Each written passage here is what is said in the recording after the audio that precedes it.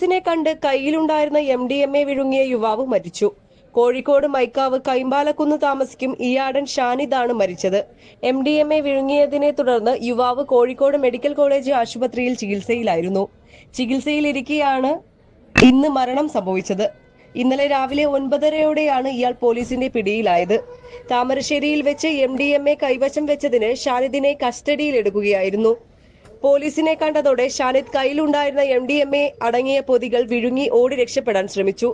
പിന്നീട് പോലീസ് ഇയാളെ പിടികൂടി.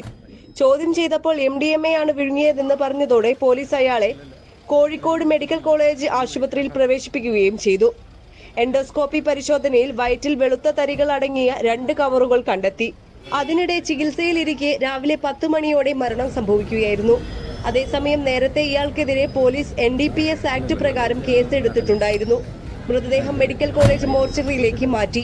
പോസ്റ്റ്മോർട്ടം നടപടികൾക്ക് ശേഷം ബന്ധുക്കൾക്ക് വിട്ടു നൽകും.